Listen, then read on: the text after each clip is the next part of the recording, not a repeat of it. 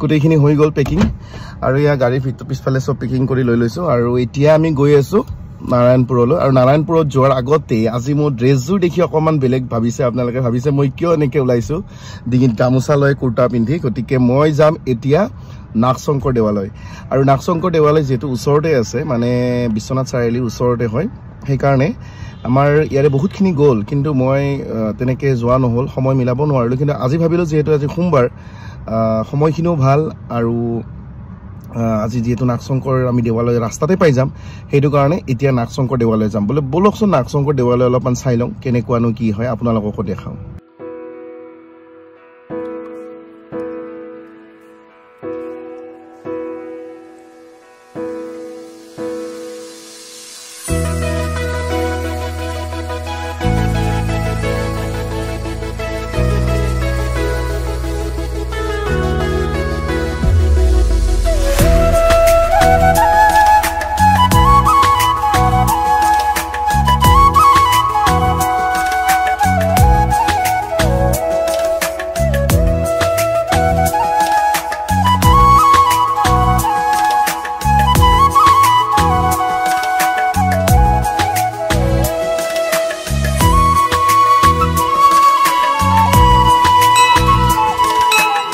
নাগশংকৰ দেৱালয় দৰ্শন কৰিলো আৰু বহুত দিনৰ পৰা শুনি আছিলো এয়া বিশ্বনাথ চাৰিআলিৰ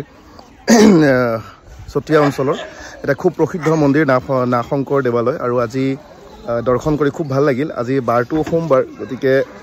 দৰ্শন কৰিলো আৰু যিমান পাৰো মই দেখুৱালো ভিতৰলৈ আসলতে মই কেমেৰা নিব নোৱাৰিলো যাৰ কাৰণে মই ভিতৰৰ পৰিৱেশটো দেখুৱাব নোৱাৰিলো তো এয়া হৈছে নাগশংকৰ দেৱালয় গতিকে চাই থাকক আমাৰ জাৰ্নিটো এতিয়া আমি আৰু ক'ত যাম বলক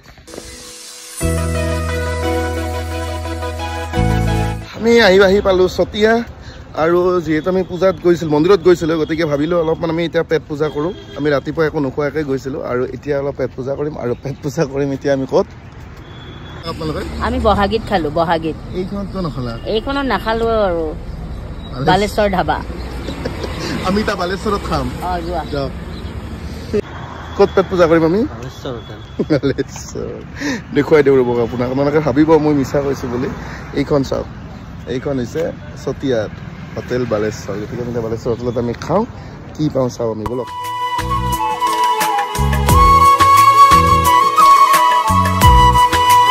এছিয়াৰ ভিতৰতে সৰ্ববৃহৎ চাহ বাগান মোনাবাৰী চাহ বাগানৰ মাজে মাজে আমাৰ যাত্ৰা আৰম্ভ হ'ল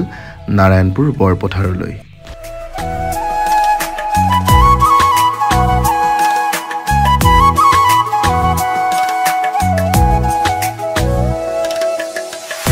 মই গাড়ী চলাই আছো আৰু এইজনৰ টোপনি চক যেন গাড়ী চলাবলৈ ড্ৰাইভাৰহে আনিছে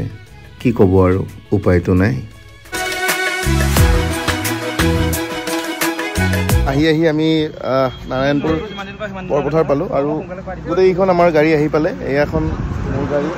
আমাৰ পাৰ্শ্বদাৰ এইখন অঞ্জলি বাৰ এইখন আমাৰ বাছ গোটেইখন আহি পালে এইখন আমাৰ সংগীত গতিকে আমি সকলোৱে আহি পালো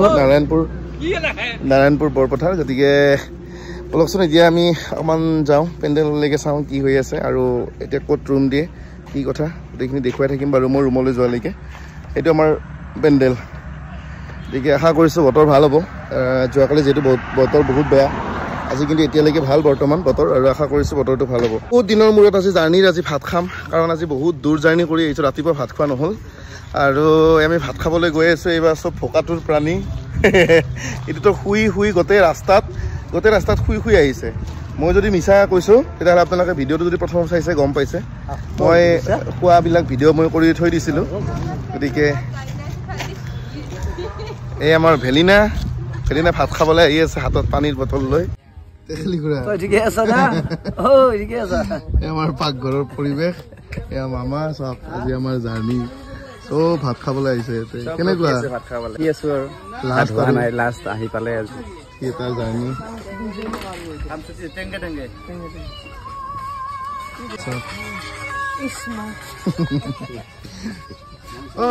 গুৰু জাৰ্ণি দিনাখন আজি মানে আমাৰ দালি আৰু আলু পিটিকা এই আমাৰ ডাঙৰ দাই বনাই আছে এইজন ডাঙৰ দাই আৰু এবাৰ দেখা দিয়ক মুখখন কোৱা আৰু এইজন সৰু দা গাত তেল হৈ আছে